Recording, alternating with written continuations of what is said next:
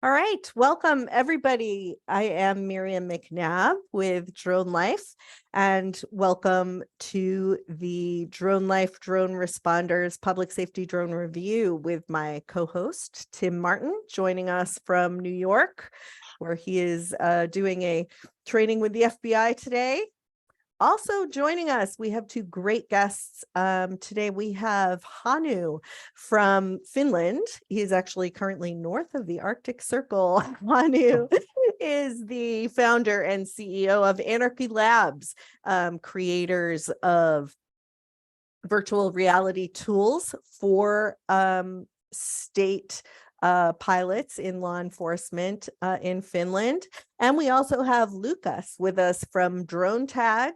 That is a Czechoslovakian-based company operating on providing remote ID solutions.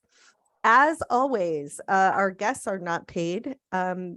And they did not pay us. This is a voluntary appearance, and we are bringing you the guests we think you will find most interesting. This is not a sponsored piece. However, if you would like to sponsor an episode and see your ad in the beginning or the end of the program, please reach out. We're happy to do that for you.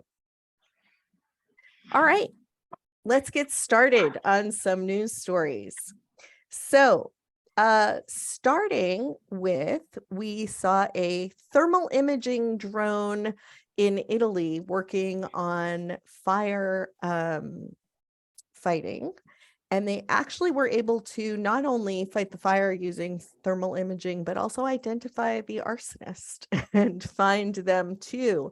So this is sort of interesting because what it shows is that sort of general situational awareness when you're firefighting is just useful for lots of different purposes. What do you think? Yeah, definitely. And when we have been discussing the drone uses with our Finnish national law enforcement teams, they really do highlight the thermal imaging capabilities, how really good it is. For example, in search and rescue missions. So they really, the thermal imaging in drones, yeah, that's a super good tool for law enforcement and of course for the fire departments. That's really obvious. Great. I think we had several stories related to firefighting this month, and embedded in that same story that I found about the thermal imaging, where they were able to also see the arsonist kind of show up to the scene of the wildfire. This was in Italy. At the same time, unfortunately, two pilots operating manned water bombing aircraft were killed fighting a wildfire in Europe, which sort of highlights the need for uncrewed systems in firefighting, especially with these sort of giant, powerful wildfires. So there's a new product that we saw, a Portuguese product. It's a small drone, sort of 46 pounds, so small SUAS, not to replace water bombing aircraft, but to kind of be added to the arsenal. Picks up a hose from the fire truck. So what do we think? Is that just not powerful enough, not helpful, or is it kind of just any addition is a good addition? Yeah, I would go with the second opinion that any addition is a good addition, but there are still some, let's say, technological breakthroughs we need to tackle at this moment to really become a successful product. Because as you mentioned, the unmanned system is quite small, and there are several limitations how this can be operated. For example, it must be very close to the water source. It can fly up to just, I don't know, 15 meters and all that kind of stuff. So yeah, this is really good way how to introduce the firefighters into the technology, but in my perspective, couldn't really be used in production. Even though this would be mass produced, firefighting drones must be something more robust, more let's say, heavier, able to fly in higher altitudes. And this is not feasible with the technologies we have right now. So yeah, it's good to get firefighters used to such technology and have them prepared that this is coming and this might be there in, let's say, 5-10 years or something. But at this stage, I would prefer if this stays in the prototype phase, training phase, the demonstrations, but really not transferred to production yet. Yeah, and I was kind of wondering, they have the hose, and so they are tethered. So why not have a generator running on the truck? So they would have tethered, and then they would have the water pipe. So they would not rely on batteries at all. So I wonder if they have, but they have probably thought about it already and decided to go on the battery route. But I was just wondering when I read that article. Yeah, Yeah. the same for me. Yeah. Sorry, go on. First of all, thanks. Welcome to both of you for being here. Really appreciate your perspective, especially now in law enforcement, where remote ID is not just law enforcement; it's going to affect everybody. So having you on the show, we really appreciate it. And I had the ability to try out Anarchy Labs recently, and it's an amazing technology that's coming. So really excited for both of you to be here. This article, Miriam, the first thing I liked about this article is it was from Italy, so it's not the U.S. It's branching out to other countries where obviously it gives the realization that it doesn't matter where we are, we all have the same problems, we all have the same concerns: brush fires, wildfires, and what Luca was saying about the technology right now is not quite there. We're dealing with a lot of factors like remote areas and just the sheer size of the fires. The hotter the environment, the less oxygen in the environment, the less a drone is effective in flying in that environment. So that's one factor. And if you have to be tethered to a fire truck for a water source, then you're talking early stages of a brush fire maybe, or a brush fire in a more urban area rather than an actual forest fire that we're using airplanes for. So yeah, that was a tragic crash for sure a couple weeks ago.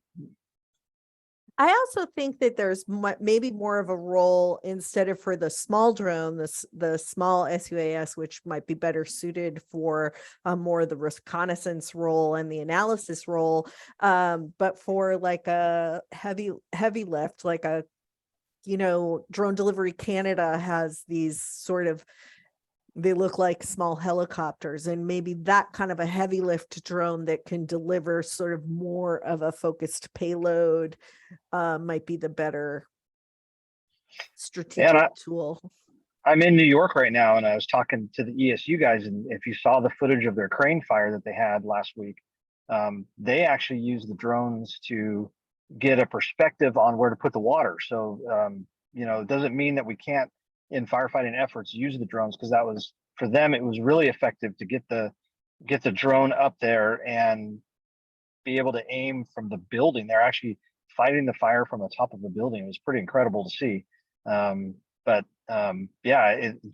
like you mentioned, Miriam, the situational awareness and having eyes in the sky in cooperation with the manned aviation is where we start, I think. Yeah. And again, when we get back to 6 years before today, there were not many infrared camera equipped drones. So again, it's now becoming standard. Every police department in, I don't know, Italy, Europe in general, United States, they already have those drones with infrared cameras as common equipment. So again, I'm a big fan of doing the analysis, doing the surveillance during the wildfires. But as Tim mentioned, we are not there yet with the actual water dropping drone. Yeah. And I think, you make an interesting point there, because the reality is that things sort of happen in a clumpy way, as somebody gets the idea for using small drones for first response in kind of fire and disaster management, and then the sensors get developed to be smaller, the software ecosystem develops to make it easier to use, and then it's becomes sort of ubiquitous. So as the sensors improve to meet the use case, I think that kind of happens in a clumpy way. So yeah, and AI and machine vision. absolutely. I've read a lot of articles on like automated detection of fires. So Yep. drones like flying autonomously and then reporting, hey, I found a fire, get here. Yeah. And not only drones, we see the heavy involvement of the satellite data as well. So we are getting into the age where we can have satellite data from particular place, sometimes even in few minutes or dozens minutes. And that's actually something that can be more helpful before the wildfire than the drones, because you cannot usually fly the drones for 24/7. So you just have the AI over the satellite imagery, and when you have when you expect that there might be a wildfire, you send the drone there. So that's something where I do believe we might get over the long term. So I do believe also in the great addition of the AI algorithms, especially in wildfires. We all have them right now. Yeah. So we're kind of seeing more cooperation between systems and data sources and analysis tools. And certainly something that's been a problem almost all over the world right now. Yeah. All right, so shifting focus to police, we are public safety drone review, so we do both fire and police. I published an article this last week. I was in Miami at the Drone Nerds Drone Show, which was a great show if anybody was there. But I published a guest post from Matt Sloan of Skyfire Consulting. The ACLU just issued a paper calling for strict limits on what they call eye in the sky policing. And Matt Sloan, really very, very smart gentleman, drone operator.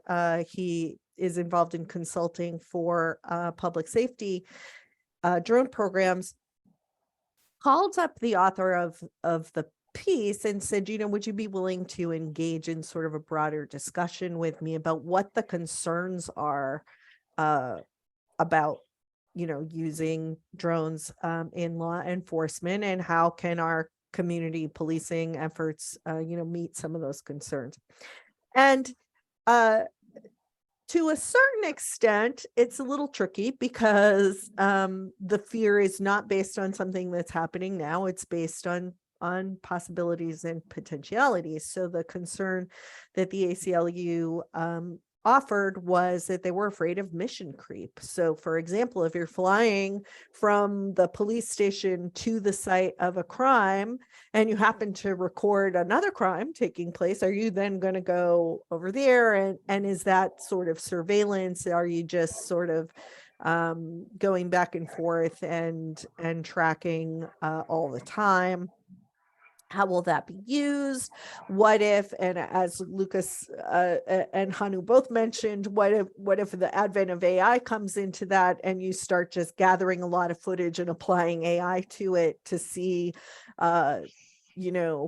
identify things that look like crimes or whatever, what's happening to the footage, etc. So this is sort of an interesting thing. I don't think we're ever going to get away from discussing this. I think that the police forces like Chula Vista, who was the first in our country to really engage in a DRONERS first responder program, has set a high standard for transparency and posting absolutely everything that they're doing, trying to give people all of the information so they feel comfortable about this. But it's a tricky situation. So what do you think? How can law enforcement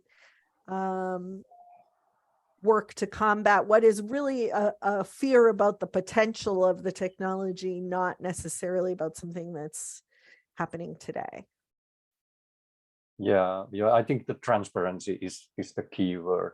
And then here in Finland, for example, the police and the fire departments, they are very, very open about their operations, and the media writes about them, and even the local aviation legislator, Traficom, they have made like huge campaigns to raise awareness of how drones are used, how they should be used, how the officials are using them, and so it's been a really big and long like information campaign here in Finland. I think it has worked pretty well. I mean, people do trust the police here a lot. So, but yes, in that article, yes, it was really interesting how, because of course in the States you have totally different culture there. So it might be easier in here in a small country for the police to win the trust of the public. But yeah, it was a really good article, very good points from both sides. Yes. Lucas, what's your perspective? Well, my perspective is that this is a very complex topic. We could speak hours and hours, but the ACLU did really, really great job in identifying the risks and also diving into the psychology behind the police in general. So for example, I really like the thought they mentioned that even when you see police on the street or police driving in the highway, you are always kind of worried, even you are 100% legal. And once we have, let's say, the eye in the sky drones just flying around, and we don't even know if that is a police or delivery drone or just your neighbor having some fun with the drone, this can really harm our, let's say, brain, because we would be always cautious what's happening there, and we might be afraid going outside and all that kind of side effects. But the other side of the coin is that you don't appreciate 9/11 drones before you actually need them. So yeah, I don't know where to find a balance in this topic. I agree with Hanu that transparency is a key in the drones operation. Until now, we don't have it, but we are making small steps towards the transparency. For example, we have all heard about the remote ID and some kind of possibility of identifying the drone somehow. But again, this is really early beginning and will take years until, let's say, the general public can really see some value out of it. So until that, I expect that most people would be more likely against the eye in the sky and the 9/11 drones and all that kind of stuff. But me personally, I like the technology. I would support that with our devices to bring the transparency, but I also understand the opposite view that people simply get worried. Yeah, totally agree. So I give, like you said, Miriam, I give Matt Sloan a lot of credit for contacting that ACLU reporter, and I give the ACLU reporter a lot of credit for participating in answering his questions, because I think that's where it starts, is that open line of communication between public safety and any critic of us and what we do. And a lot of it is education. A lot of it is showing them what we're operating, how we're operating it. In the United States, we've been flying manned helicopters for law enforcement, doing the exact same thing his white paper was about. In fact, even more so than we've ever done it with drones. So there's that balance between with manned aviation flying over and then using a drone.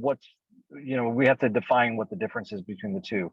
And right. And CCTV, right? Which is also everywhere. Is there a huge difference between CCTV?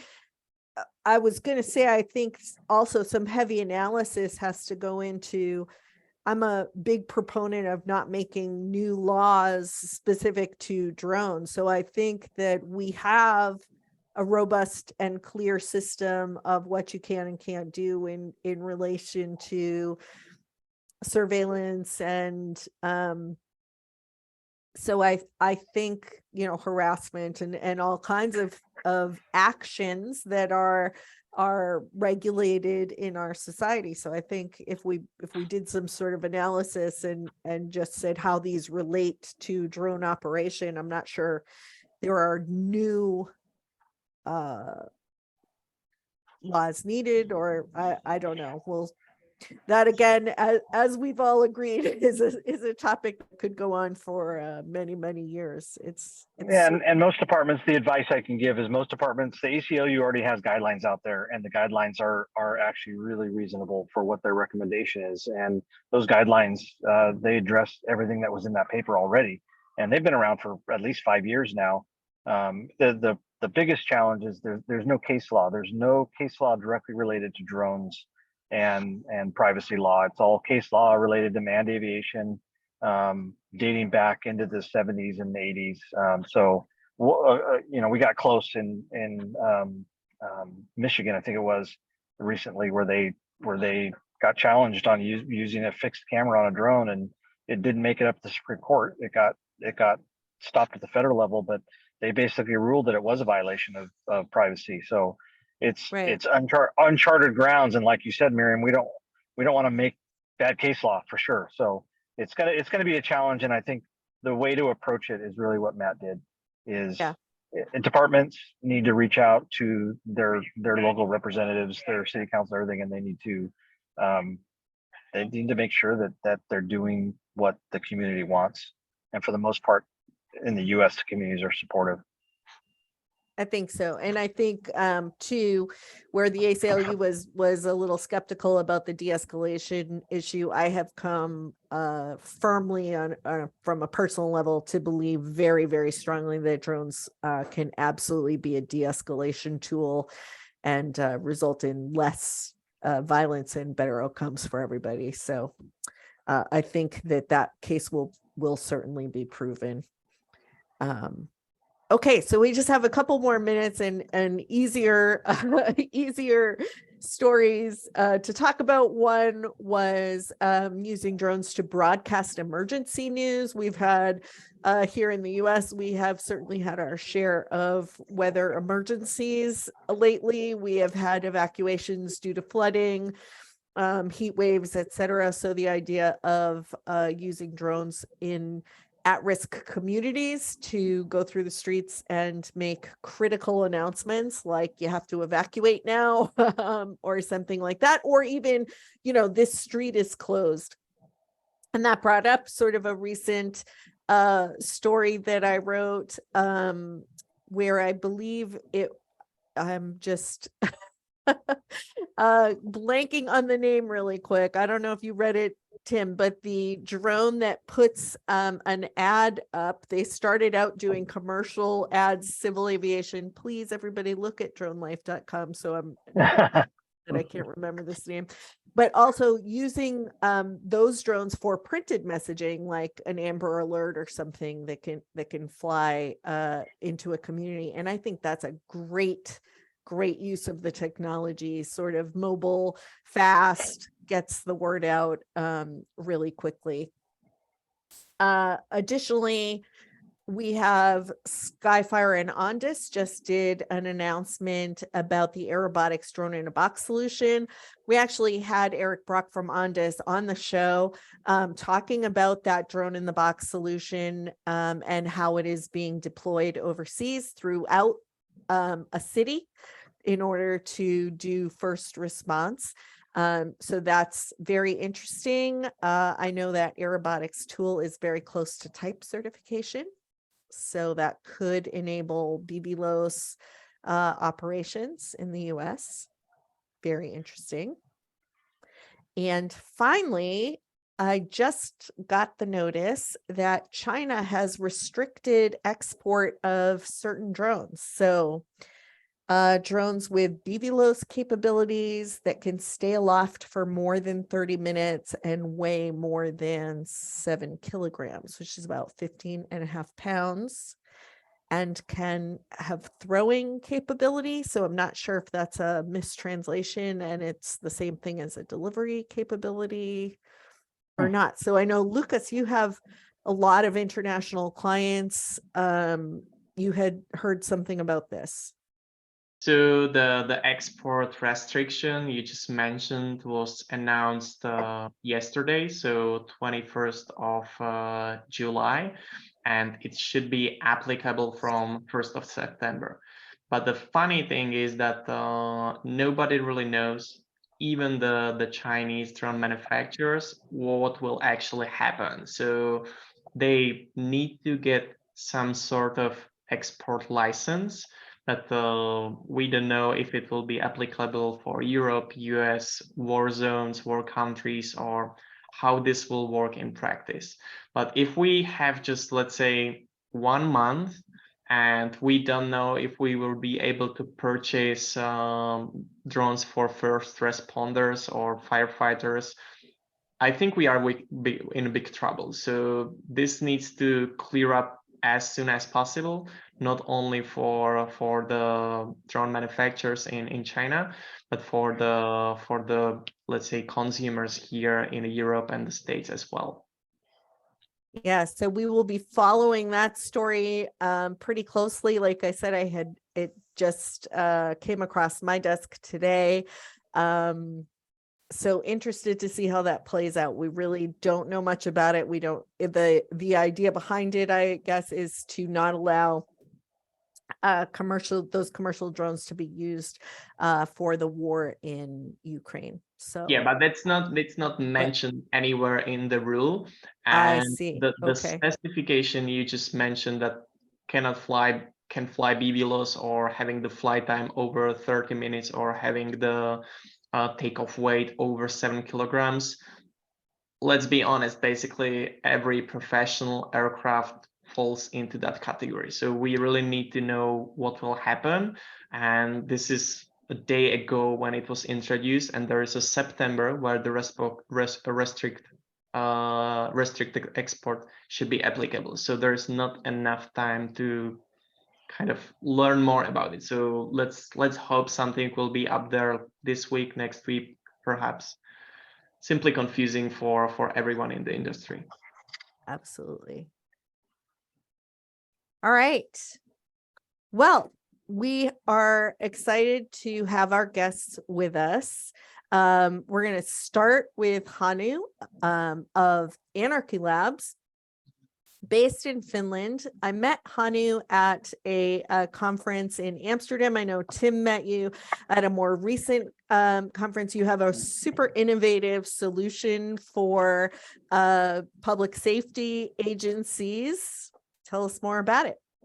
Yeah, thanks, and thanks once more to be able to be in yours. So thank you very much for the invitation. So yeah, we have created AirHUD, the first real heads-up display system solution for drone pilots. It is a bit hard to describe, so I will share my presentation so we can see. And I have to say that I had the opportunity to try it out while Hannu is bringing up his screen there. And you know, the name says a lot because it's heads up display. So that constant up and down is really helped by the solution. Yes. Okay. So can you see my screen now? Yes. Okay. So yeah, we have brought together two maturing technologies, drones and augmented reality, for new level of situational awareness for the drone pilots. And that's because of this. This is the typical view of a pilot, whether hobby pilot or an official pilot. The drone is up there in the sky. You are squinting your eyes, trying to see where it is. Where is the nose pointing at? so that you know where to steer the drone. Then the data is confined into these small displays on the controller. So the pilot has to switch focus between the drone in the sky and the data on the screens. And this is just bad situational awareness. And this is the reason why there is now even the legal requirement of another person to stand beside the pilot. Somebody has to look at the airspace. Somebody has to be aware of the situation surrounding this flight, because the pilot is concentrating on that screen. But with our background, me and my co-founder Lassi, we had a background in AR, VR early this millennium already. We started thinking, what if you could see the drone in the dark? What if you could see the drone behind this smoke screen in fire situations? What if you could even see the drone behind a building? Well, that's what we did. We have created AirHUD. We grabbed the telemetry that these robots in the sky talk very fluently back to the controller, and we push that data back into the sky so that we have indicators, videos, data where the drone is. And then when we combine this with digital twins of the world, we do incredible things. Let's have a quick look at the video. Near night flight in southern Finland, Helsinki, our capital. And Microsoft HoloLens glasses, totally see-through. Here we calibrate the drone position, we take off. And this is what the drone pilot sees. We go further away, drone goes very tiny. Here we fly BV loss. We see the drone through the building. We see the drone pinpointed. We know where it is. We know the distance on the ground. We see the heading there on top, already 250 meters away.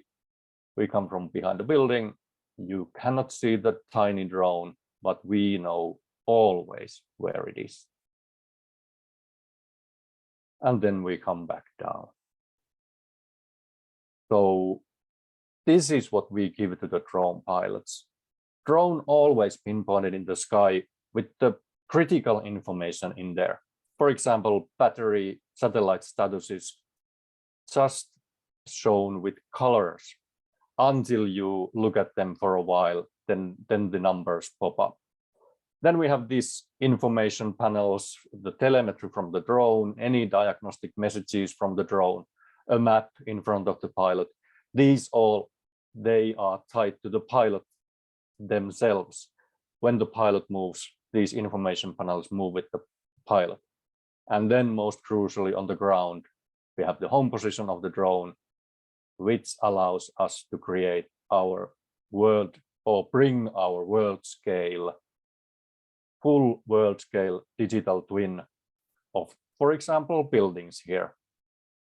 As far as we know, we are currently only ones that can show real-time distance between the drone and the nearest building there in the sky.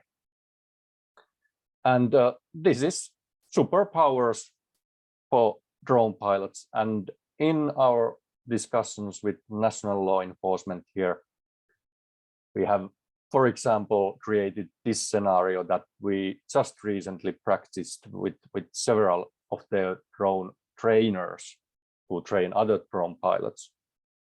So in the upper right image, you can see the drone up high in the sky, and in the thermal video feed, we have found the persons missing. On the image on the bottom left, we are looking at our maps. We know where the drone is. We know where the nose is pointing at. We know even where the camera is pointing at, so we can drop a marker there. And on bottom right image, any other team member with our glasses on can just look around. There, let's go. And then we have this big map mode, as we call it. really a bird's eye view into the operation. So when law enforcement people saw this, for example, in last year's Interpol Drone Expert Summit, they immediately see this as team situation awareness tool. Yes, please bring us. It's good that you show me and my drone. Could you please show our other team members and all these markers that may come from command center, for example, or can be sent by the pilot to the command center. Yes, please bring all of that in. And then the one thing that is coming also, counter UAS information. Could you please light up the dark drones in the sky? And yes, we can when we combine this with counter UAS radar information. Let's have another look at a short video of hotel roof inspection demonstration. Again, taking off, flying towards the hotel. And now let's switch to big map mode. So yes, it's really a huge 4x4 meter map with 3D buildings, even 3D terrains. And again, here we are flying BB loss, but in total control. No question about where the drone is, where the nose is pointing at, everything in control. And yes, many law enforcement officers have then said, yes, this is the perfect tool for flying a drone through the streets in city operations. I think too, I'm Yep. sorry to interrupt you. Yeah, no problem. Actually, so you just brought up the slide because I was going to say, you know, as a drone pilot, I'm a really good journalist. That's but one thing I really loved when I had the opportunity to try it is that wherever you're not supposed to be flying just is visually a red wall, you know. Exactly. Have visual understanding of that. Airspace's drone regulations made totally concrete. This is something that only augmented reality, of course, can offer. So we have tried this with the Finnish Prime Minister's summer house here, or south in Helsinki. A huge red wall starts to simmer as you approach any no-flight zone. Of course, we show them in our maps, but this is more concrete. Here we have testing from last autumn, a ceiling height of 50 meters, radius of 100 meters was the announcement for this test flight. And yes, they are drawn as concrete walls and ceilings. This was from last autumn. Now we even have distance indicators to totally tell you, yes, no, you are now 3 meters below your ceiling height or 15 meters, whatever. So something that only can be achieved with augmented reality, and really about making those flights safer and easier to do. And ADSB information is of course the next step for us, which is really interesting for the legislators, as now with the drones you get the notification on the controller, beware, there's a plane nearby. Okay, but where? Now we will be saying, beware, there's a plane in the sky and it's approaching through this tube, because of course ADSB information contains both the velocity vector and the position. So this will be very important step for us when it comes to our talks with legislation. And now we have just published our drone pilot training module. So you can now fly a really well simulated drone. And because it's with augmented reality glasses, just like with the virtual reality goggles, it's very convincing because of the 3D effect. It's very powerful on current augmented reality glasses, the headsets. So we now enable actual sticks, safety of the classroom. You get the stick time that you really require to become acquainted with the controls. People crash a lot of drones in the training stage. And yes, Tim Martin, you got to experience this just a couple of weeks ago there in LA when we met. So this is now very interesting for several drone training schools.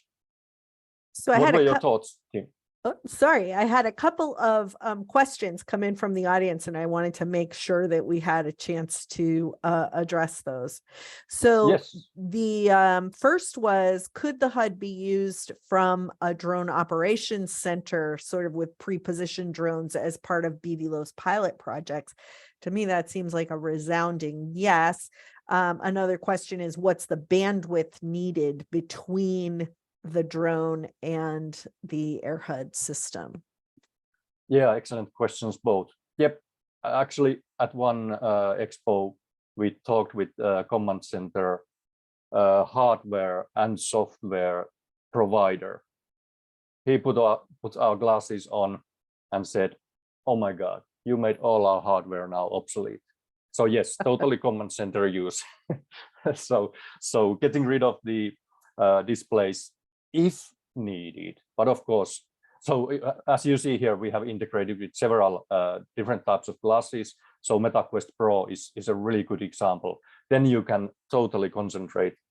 One law officer actually said he would prefer the MetaQuest Pro because you can take off with the camera-based see-through, and then when the search and rescue mission is on, you just have to fly the route, cover the area. So then, yes, I will shut down the outside cameras. I don't have to see them. I just need a huge video view and this big map of yours, and I'm really concentrating on the search and rescue.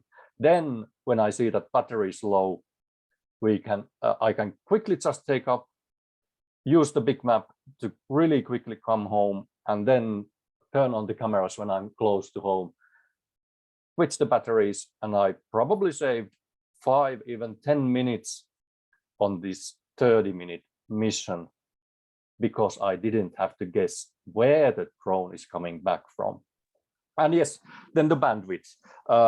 So the air HUD, the augmented reality headset, it talks with the controller. So whatever happens between the drone and the controller, that's not, we don't touch it. We read the telemetry and the video feeds from the controller. So it's a local network Wi-Fi hotspot connection between the controller and the glasses. And that network connection typically is pretty good, robust. So no big bandwidth issues so far. Okay, so I've got actually a number of other questions, so we're going to have to answer them really quick so we can get to the next one. So this is an easy one because I know you can do it. Visualization of routes and waypoints. That is a yes. Yes, that was already shown on one slide. Let me get back to that. Yep, and you can add waypoints by well, currently, yeah, we can add these markers. So in that middle image, on the bottom or the leftmost image, you can see waypoint mission that was in London, and yes, you can see those waypoints in the exact world locations in the world. So we visualize them on the maps, but just like this big world marker, like we call them, the waypoints are also visualized. So you can truly assess your waypoint mission before you say the go for the drone. Okay. Any future support for Skydio? Is planned. Yes, we have contacted Skydio. Yes, totally. We aim to be platform independent. Yes. Okay. Encryption or cybersecurity between the glasses, the GCS, and the platform? Yes, they are encrypted, and we are talking with clients who do require strict security. So yes, that has been taken into account since the beginning by our CTO, Lassi. Great. Okay. And finally, last question here. Is it possible to control the gimbal position by moving your head? I believe that's a no, right? It's visualization, No, not at the not moment, no. automation. It would be interesting to do that with the Meta Quest glasses, because they would support that kind of mode of flying. So yes, this has been discussed in some use cases already. So might be coming. All right. Thank you so much. This is fascinating technology, really fun to Thank see. you. I hope. Are you going to be at Commercial UAV or any of the upcoming drone shows that people can find you at? Yes, we are going to be at the Chula Vista Interpol Drone Expert Summit. We will be at DroneX here in London, no, here in Europe, I mean. Great. and several others. They can all be found on our website, of course. Terrific. Okay, thank you. So now moving over to a topic which is really important to all of us here in the US right now, because of course the remote ID regulations come into effect in September, which is next month. So talking about the sort of remote ID technologies, it's sort of an ecosystem of tools. Lucas with Drone Tag. Thanks, Miriam, once again for inviting me to the show. I will also share the presentation of mine. So please just let me know that you can see it on the full screen. Is it working properly? Yeah. Perfect. Yep. Yep, we got it. So it turns out to be that we are developing remote ID solution, but we actually started in 2018 when the remote ID, how we know it right now, at that time there wasn't even word for remote ID. So we started as a company that wanted to create a coordination system for professional pilots, because I was pilot myself, and I often struggled that when I was flying close to the airports or close to some, let's say, restricted zones, there was a huge shortcoming that nobody really knew that I was the one flying. So there was a lack of transparency, and there was also lack of coordination with other pilots in the airspace. So that was the motivation why we founded DroneTech in 2018. But yeah, few years later, this is something being mandated, and people get somehow upset. So we know the context. There's plenty of drones. Restrictions needs to be implemented because you now cannot operate the drones anonymously.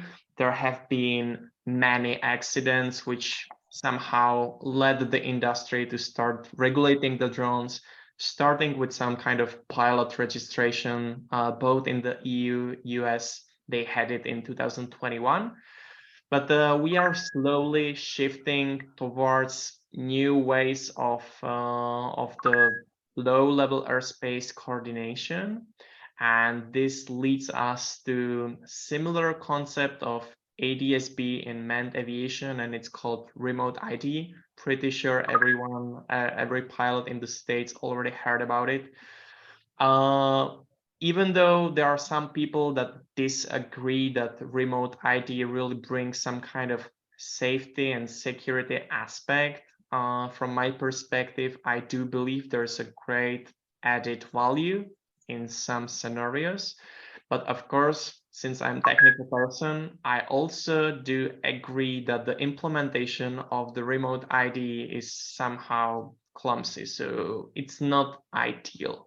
And just to recap, remote ID, how you can perceive it, is just way of digital identification of your unmanned aircraft, which means that once anyone is flying with their drones, you can open up some app and see the traffic around you, usually just within visual line of sight, but we will get into that later.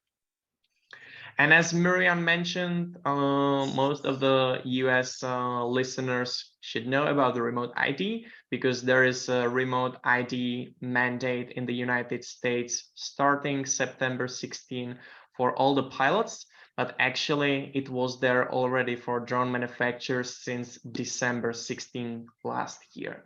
But not many people know that actually US wasn't first mandating the remote ID. The first country having remote ID implemented was Japan, and that was during the last year, June. And even though United States pilots are kind of complaining that they are being observed by the government and they have some kind of security concerns, we in Europe are on the same boat. We do have the remote ID here as well, and we are also getting towards something that was dropped out, and that is so-called network remote ID, which is remote ID working over cellular network, which basically means anyone can see your drone from anywhere. So that's the network remote ID.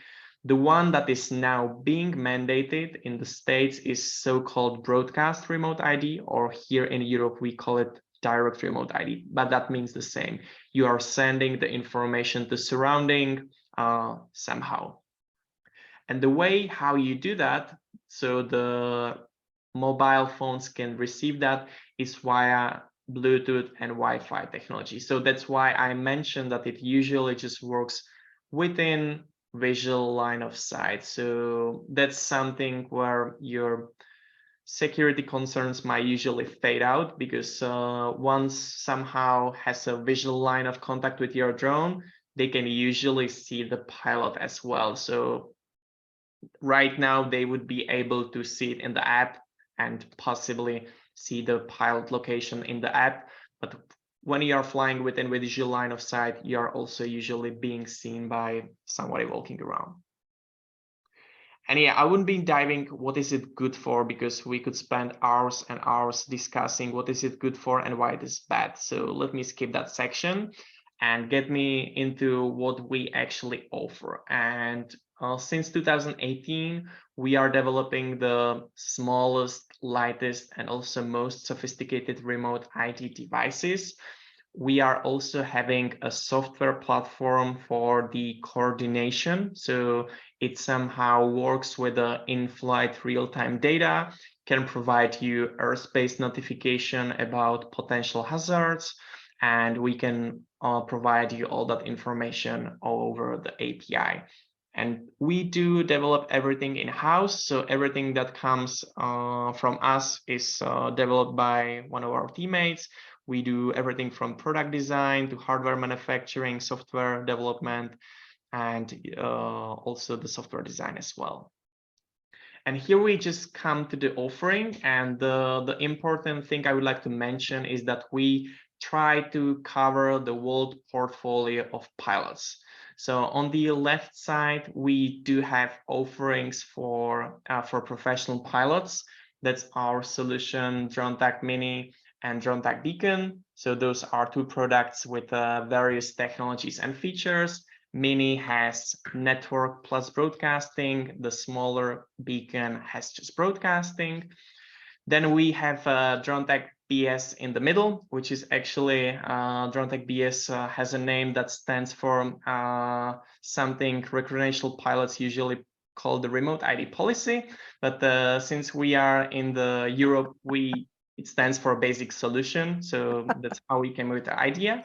And DroneTag BS is really about bringing as flexible and as affordable solution for the recreational market to become standard for, let's say, FPV pilots, RC modelers as well.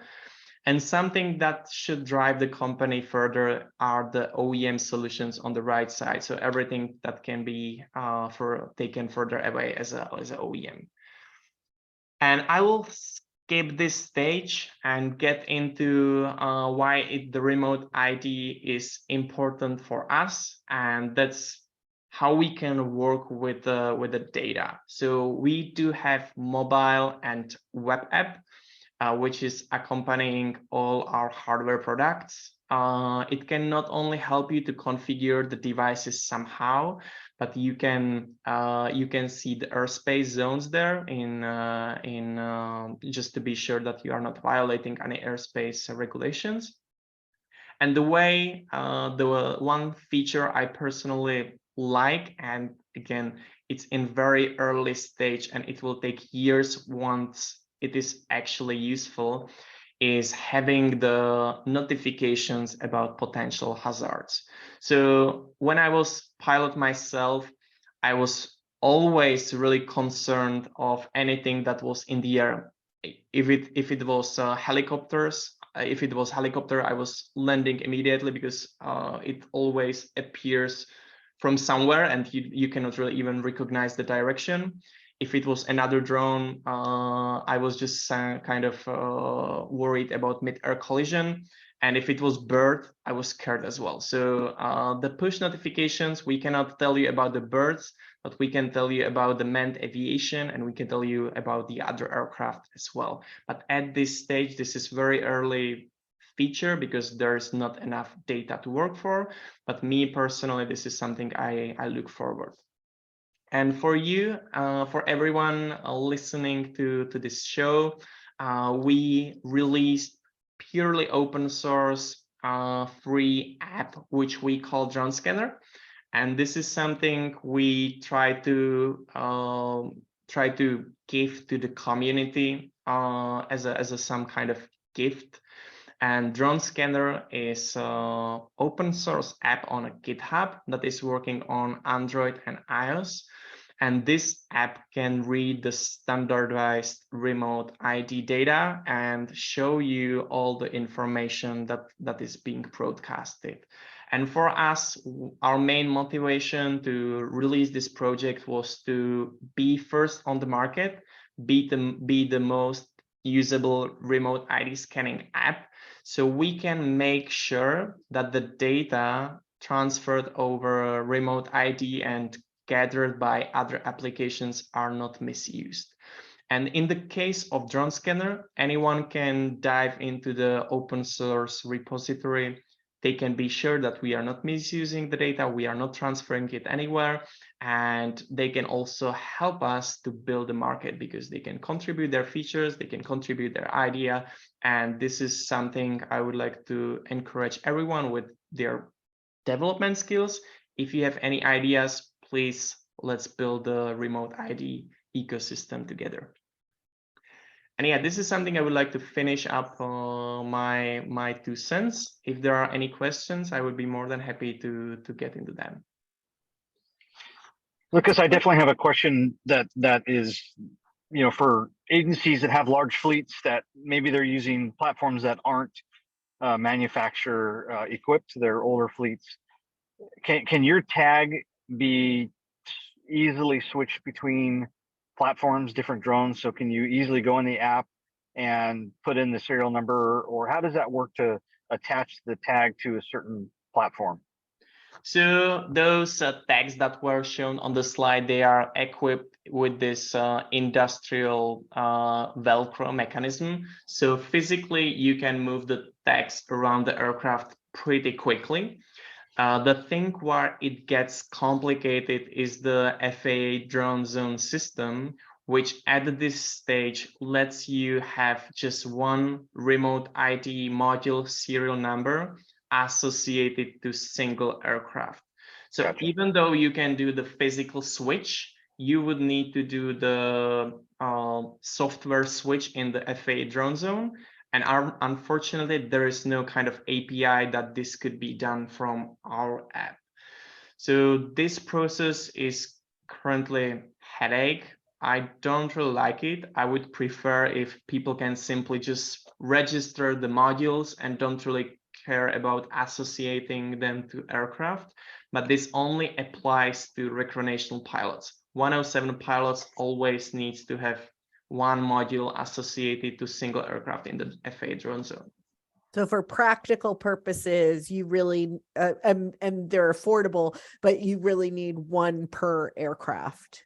You really Yeah. need one, Yes, to be not completely because of your decision, but because of the FAA's decision. yeah, to be you may think completely that works. legal, you must have one module per one flying aircraft. If you want to do, if you need to do otherwise, you would need to do the physical switch and the FAA drone zone switch. In my perspective, this is not really ideal, but it is what it is. Yeah, I think we'll see that evolve, but as if I can quote our friend and benefactor Charles Werner, who is not with us today. He's at the FAA Drone Symposium. They gave us this sandwich and we have to eat it. So yeah, but this kind of this policy, well, there are police departments having dozens or even hundreds of aircraft.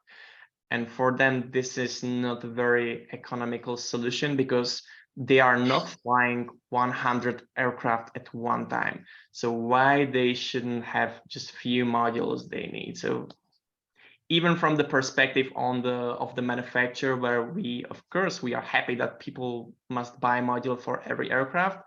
Personally, I completely disagree with the idea. Yeah. Okay, well, thank you so much to both of you. You both have great products, and we are so happy to have had the opportunity to hear from both of you directly. Correct. Okay, like so correct. One Sorry. question that came in. Yeah, one last thing that came in. He's making the point, you did mention this, but this is an excellent point to bring up. Recreational pilots can move the module from one drone to another since they only have one registration. It's Part 107 pilots cannot do that. So thank you very much for that, just that clarification. That is important. All right. If you came in halfway, please, you will see this posted on DroneLife TV over the next week. For more information, please take a look at our guest websites. We have dronetag.cz, CZ, correct? Yes. Dronetag.cz, and we have Anarchy Labs. What's the URL for Anarchy Labs, Hanu? Anarchylabs.com. Anarchylabs.com. There you go. Both of those are listed in the DroneLife article publicizing the show. My colleague Tim Martin will let you get back to your drone training. Thank you so much, as always. Always fun to talk to you. And we will be broadcasting next month I will be at Commercial UAV Expo in Las Vegas, first week in September. We will see you then. Thank you, guys. Appreciate you guys being on the show. Thanks, Miriam. Thank you. Thank Thanks you. for hosting. Bye-bye. Bye.